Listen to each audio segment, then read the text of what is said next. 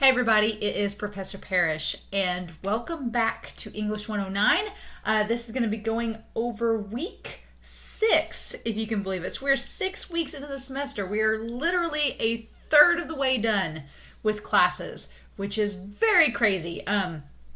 This last week, week 5, you had your first paper due, as well as some other assignments for the class. I'm recording this Sunday night, so those are still due tonight. We are going to talk a little bit about revision and what you can do on that.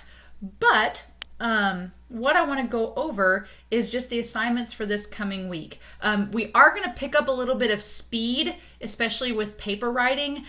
We took 5 weeks to write this first paper, which is far longer than we will take on any other paper in the class. The next 2 papers are going to have a little bit more speed to them and when they get out.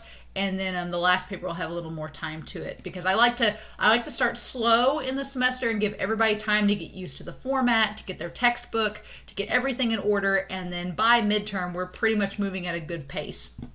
So we still have 3 weeks out until midterm, but we are going to pick up the pace with our writing and with other assignments. So let's go straight to it then. Let's talk about what is due this week.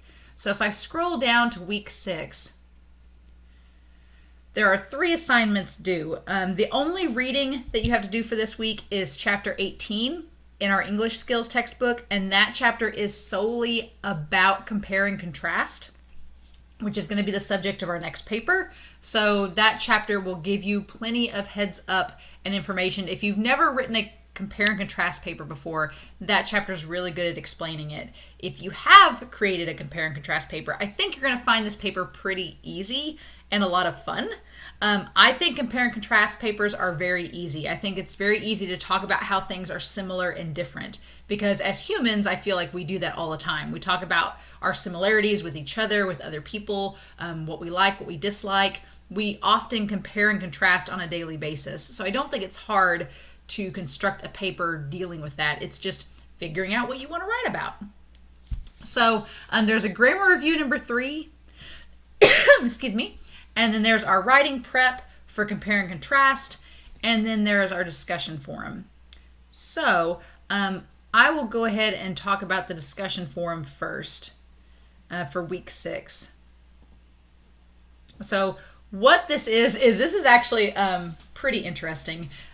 It is a YouTube video talking about this essayist on YouTube is comparing and contrasting The Lion King and Kimba the White Lion. If you don't know what Kimba the White Lion is, it is a Japanese TV show that aired in the 1970s. It was a cartoon. You're going to see some similarities between The Lion King and Kimba. Even the name Kimba and Simba, which Simba is African, a specific African language meaning lion, but there's a lot of similarities. There are some differences, which the video does talk about, but it's talking about comparing and contrasting the show and the movie, their similarities and differences. I want to know in question 1, do you think that the differences are enough to overcome the similarities, or do you think that maybe The Lion King is maybe borrowing a bit from the TV show? I don't know. Question 2, The Lion King does in fact draw a lot from Shakespeare's Hamlet, which Shakespeare's Hamlet has been adapted so many times, it's unreal. So do you think it's not considered copyright infringement with that play versus the TV show? Obviously, legally, there's no copyright infringement because Shakespeare's work is not copyrighted, so anybody can borrow it and do whatever they want with it. And can you think of any other examples similar to Kimba and the White Lion versus The Lion King? Like, have you seen any other shows that you think kind of maybe mirror each other or copy from each other that you can think of, or any books that do the same? I can name a ton, but I'm curious to see what you all find for this. But this whole discussion forum is to introduce us to talking about similarities and differences, which is exactly what compare and contrast is about. So the posts are due Friday, the responses are due by Sunday. So going back to our assignments then, we're left with grammar number 3, which I will pull up grammar review number 3 here and show you all. Grammar review number 3 is dealing with connecting sentences, taking short sentences and making them into compound or complex sentences. So in activity number 3 on page 447, you're going to write a second sentence behind the first, and you have to start with the word that they include in blue behind the question. So you're just basically completing the sentence.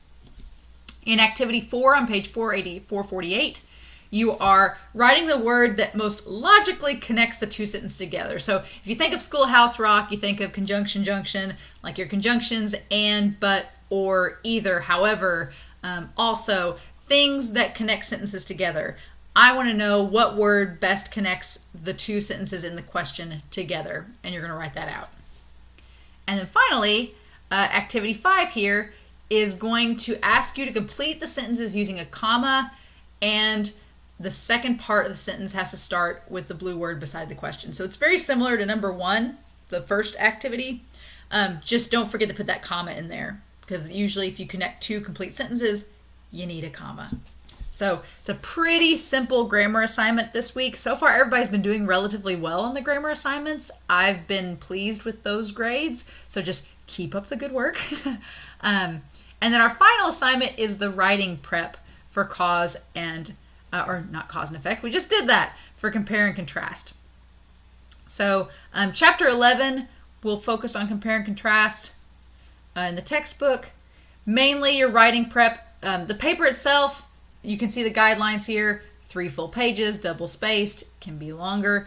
Typically, it's not listed on here, but typically your papers are 12-point font.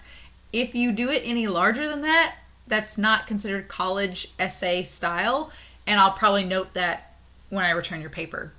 But you're treating this writing prep the exact same as you did for the cause and effect. I just want to know your introduction. What are you going to compare and contrast? What are your points? You could say the conclusion's a work in progress. I just want to know, bare bones, what are you writing about? Also worth noting, in our actual paper, in our actual textbook rather, the chapter talks about point by point versus subject by subject. And I'm probably going to note, if you don't watch this video and you don't note this in your writing prep, I'm going to tell you when I grade it. But what I would like to also see too, and let me scroll down here, is I want to know, are you going to use point by point or subject by subject? And what I mean by that, and I'm going to de-italicize these, is point by point, and your chapter is going to talk about this, but point by point is when you talk about both subjects at the same time. And then subject by subject is when you talk about one item at a time and then compare and contrast. So it's a little bit different setup. So usually point by point, and if I put this over here. So point by point might go, if I'm doing a point by point outline, I might say, okay, here's point 1 and tell what that is. And then my A would be, let's say I'm comparing cereals. Let's say I'm going to talk about Cinnamon Toast Crunch and Fruity Pebbles. Okay, so my first point is going to be texture of both cereals. I'm going to talk about Cinnamon Toast Crunch, Fruity Pebbles, and then which is better. That's that one. Point 2, I could talk about, I could say taste.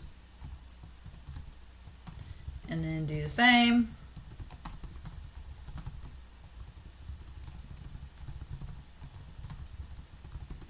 And then usually you have 3 points in these types of papers in compare and contrast. And my third point, which is point 3,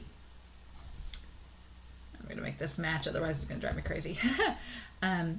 The final point would be cost.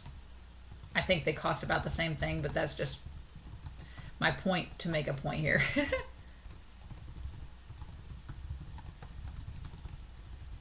And then my conclusion would be after that. So that's a point by point example.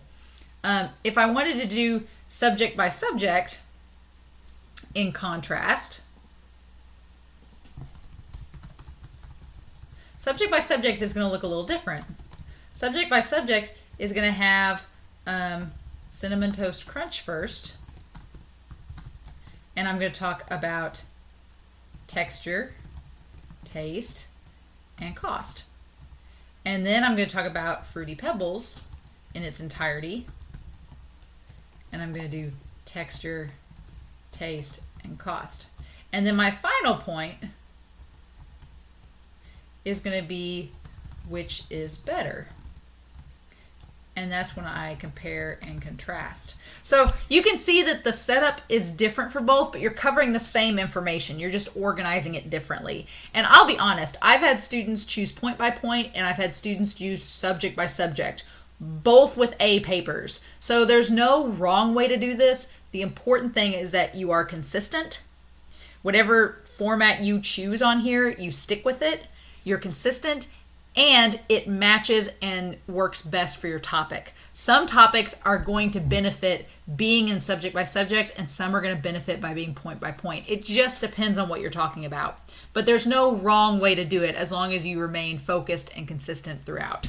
So that's all I ask. So I would like on your writing prep a little bit of a discussion of this. And if you don't include this, I'm going to know that you didn't watch this video.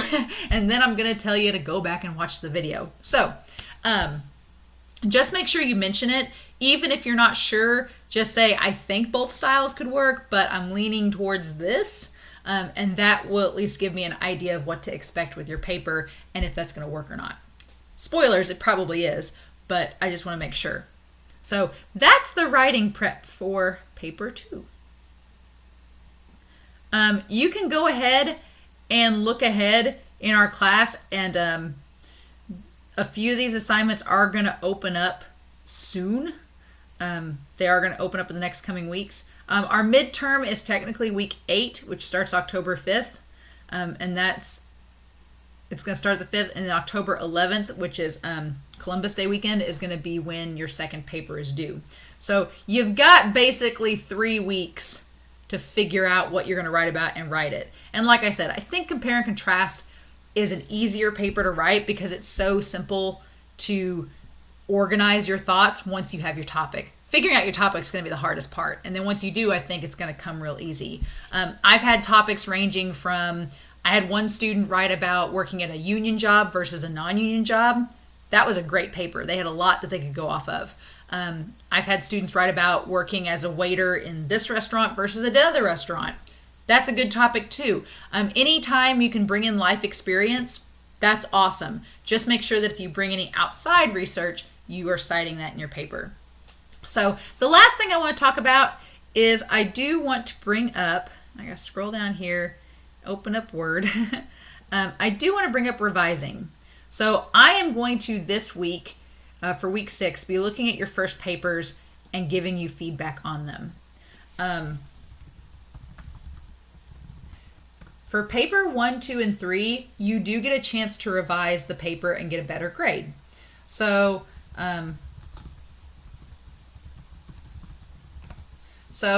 you are going to get a chance to revise. So what I'll do is I'll go through your paper, and if I see any corrections that need to be made, what I do is that I go up here to this review tab and I do tracking, and I track your changes.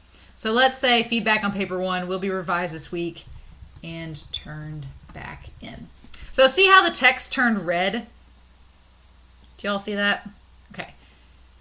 You'll also see that there's these lines out to the side. Now when you open your paper up in Word, which you should definitely open your paper up in Microsoft Word to see your revisions, you will notice this, you may notice a red line here. When I click on the red line, you'll notice that the correction I made turns red itself.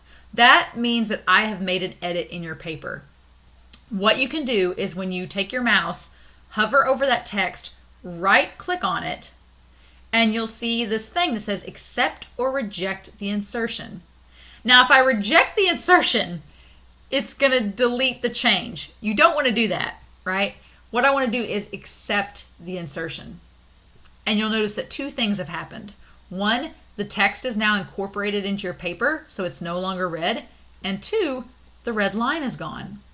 So as long as you revise and you go back and you don't see any red lines on the side of the paper, that means you're good to go. You've revised the paper, you can email it back to me, and I will update your grade.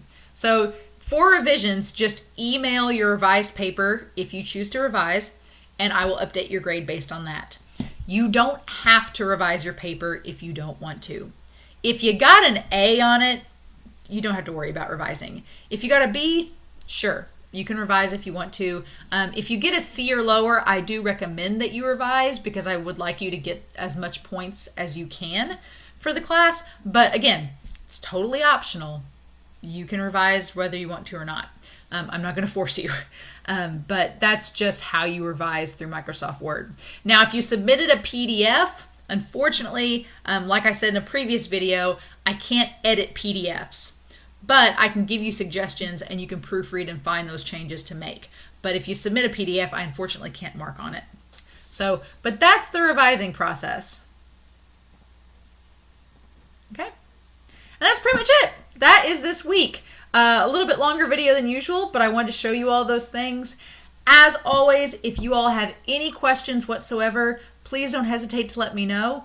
I'll be able to answer email this week and give feedback. You should be getting an email with feedback on your essays sometime early on this week. So just keep an eye out for those. But otherwise, I hope you all have a wonderful week. Stay safe, and I'll talk to you all again soon. Bye.